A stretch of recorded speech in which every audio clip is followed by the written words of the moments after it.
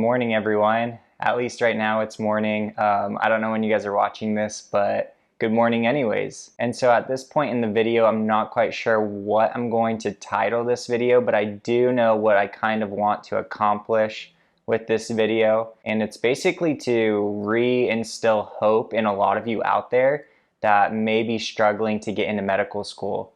Because if you guys have been following me for a while now, you know I struggled to get into medical school. And so my goal today is that if you are struggling to get into medical school, hopefully by the end of this video, you guys will learn that you can still do it. And that if becoming a physician is your true desire and your true goal, then there's nothing out there that's going to stop you from accomplishing that goal. And so that is what I want to accomplish with this video today. But if this is the first time we're meeting, my name is Michael and I am a first-year medical student.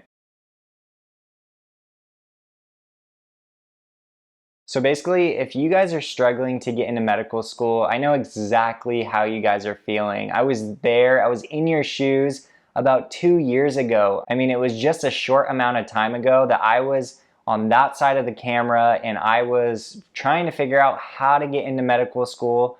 I had a low MCAT, I had a pretty crappy GPA, but all I knew is I wanted to become a physician. That has been basically my lifelong goal from the get-go. My dad is a physician, so I've kind of grown up with it.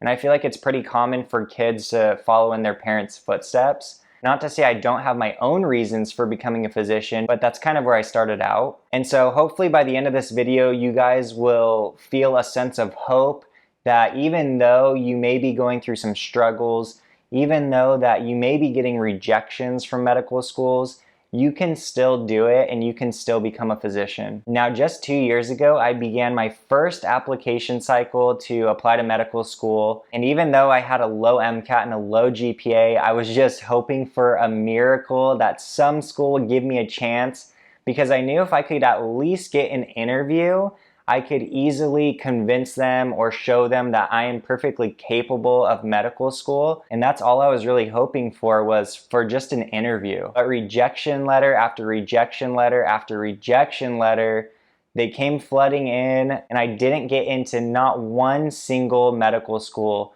I had a few secondary applications, which I'm sure they just wanted my money, and 0 interview invites. So my first cycle applying to medical school was a complete dud, and I kind of figured it would happen because my MCAT and my GPA were so low that it really didn't even get me past the initial application screening. And then so come year 2, I reapplied to a bunch of medical schools, and once again, rejection, rejection, rejection, rejection. Completely rejected from all medical schools that I applied to, even the one I'm currently attending. And so you guys are probably asking yourself, well, what changed? What got you, or what got me into medical school? And there's really quite a simple answer to that question.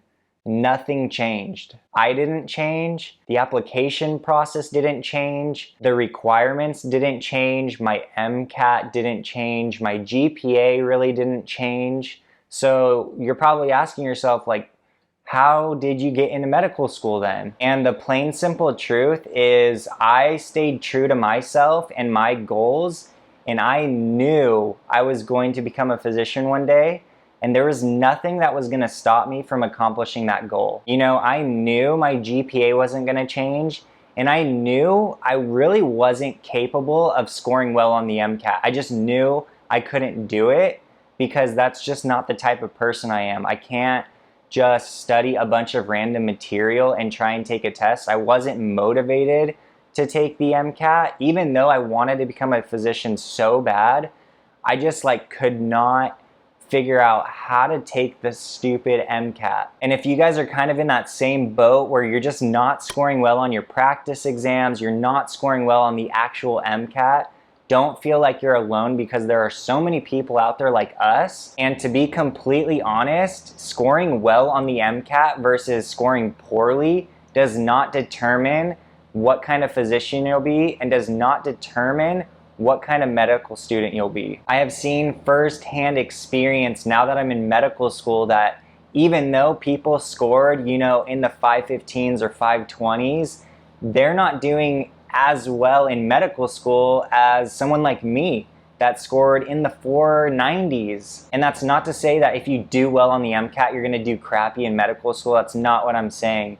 I'm just saying there's not a strong correlation between the MCAT and how you do in medical school. This is one of the many reasons why the admissions process to getting into medical school is completely flawed, is because the MCAT is not a good indicator of the type of student you are. And after really thinking about it, all the MCAT does is predicts how well you can memorize a large quantity of material that literally has nothing to do with medicine. And so if you're really good at memorizing stuff, there's a good chance that you're gonna do really well on the MCAT, because if you can just memorize physics equations and chemistry equations and biology stuff, then you're gonna do well on the MCAT. One thing I've noticed now being in medical school is we've done 2 blocks now. So we've done Scientific Foundations of Medicine, and then we've done the musculoskeletal system, which consists of mostly anatomy. And as you guys know, when you're studying anatomy, it's mostly brute memorization. You either know it or you don't.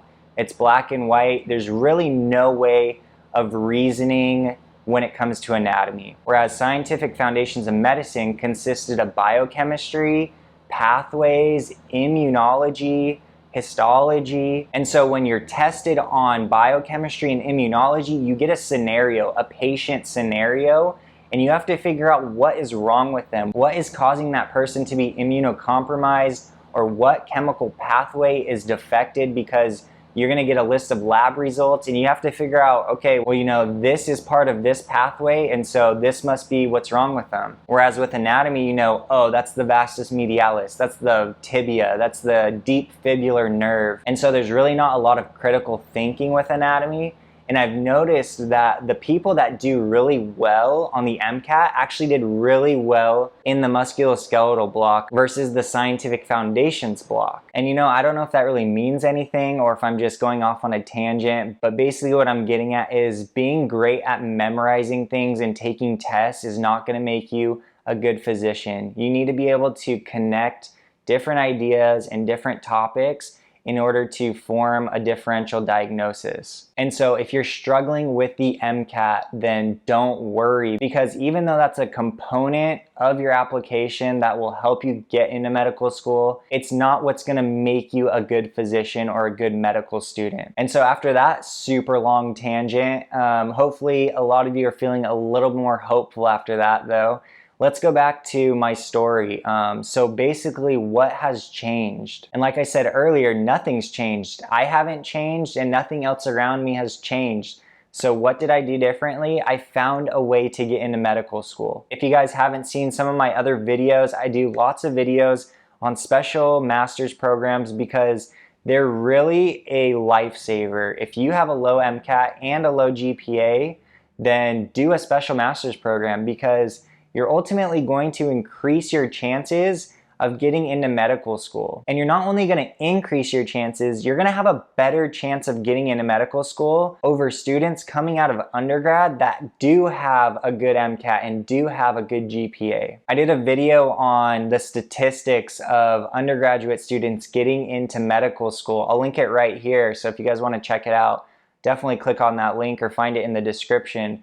But basically what I talk about in that video is you have a 7% chance of getting into any given medical school. And that 7% chance is an average. And so for those higher tiered medical schools, you have about a 4% chance versus some of those lower tier like DO schools where you have maybe like a 15% chance. And basically what I talk about in that video is by doing a special master's program, you actually increase your chances up to 80%. And so if someone told me from the get-go that I can increase my chances from 7% to 80%, I would say, where do I sign up? Because getting into medical school is extremely difficult. It's hard even when you have good grades and a good MCAT score. Can you imagine if you don't, like I did, and like many of you watching have currently? And I know I sound like a broken record, but really, what are your other alternatives? You could go to a Caribbean school, which I have no problem with. Go to a Caribbean school if you want to, honestly, because special master's programs are expensive. They're basically like a year of medical school with regards to intensity as well as cost. So my special master's program was about $33,000 for tuition, not to mention like living costs and all of that stuff. But if you want to avoid that expense and just go straight into medical school, Caribbean is a good option. Just make sure that you're going to a reputable Caribbean school. There are about 4 or 5 really good Caribbean schools, so definitely make sure to do your research on that. But I always recommend, if you can, do a special master's program before considering the Caribbean. You're just going to make your lives a whole lot easier if you can just avoid the whole Caribbean step in all of the process, because it's more like a speed bump and less of a barrier, if that makes any sense. So you can go to the Caribbean and become a doctor in the United States, but it is a speed bump instead of just smooth sailing if you would just do a special master's program and then go into an American medical school. Your other alternatives are to retake the MCAT. That's not a very favorable alternative. So let's say you've taken it maybe 2 or 3 times. If your score still isn't increasing, now what are you gonna do? Another alternative is doing a post-bac degree. And if you guys haven't seen my video on post-bac versus a special master's program, click on this video. I'll go into more detail in that video. But basically, a post-bac isn't going to necessarily increase your GPA, because up to this point in your career, you've taken 4 years of undergraduate classes. And just by taking an extra 2 to 3 or 4 classes, your GPA is not going to offset the previous 4 years. And so this is why I always recommend special master's programs, because you get a graduate level GPA. It doesn't touch your undergraduate GPA, but it simply gives you a graduate level GPA. Not to mention, the special master's programs need to be done at a medical school in order to have that 80% chance of getting into medical school. And your best bet is to actually get into the medical school where you're doing your special master's program. So make sure to choose a special master's program at a medical school that you wouldn't mind attending. And so that's exactly what I did, guys. I did a special master's program after 2 cycles of applying to medical school. And after completing all of the requirements during my special master's program, after getting their minimum GPA that they require, after being invited for a med school interview because I completed the GPA requirement. And here's a quick tip for you guys. They actually don't really care much about your MCAT score if you're doing well in the special master's program. Now, that's not true for all schools, but I'd say the majority of special master's programs kind of forget about the MCAT if you're doing well in their program. And so if that's basically your struggle, that could be your shot into medical school right there. But I was invited for my interview, absolutely crushed it, and ultimately I was accepted into the medical school upon completion of my master's program. And so what did I do different? I didn't take no for an answer. I didn't change my goals. I didn't end up, taking an easier route or anything like that. I found an alternative way of getting into medical school, which brings me back full circle to the original thought of what are you guys willing to do to become a physician? Is it really what you want to do? And if so, what are you gonna do about it? So guys, I hope you enjoyed this video. If you guys have any questions, drop them down in the comments below. You can also find the link to my Facebook page called Med School Mentor, where I help people like you get into medical school quickly and in the most efficient way possible. And so definitely feel free to shoot me a message on Facebook. And with that being said, guys, I'll see you guys in the next video.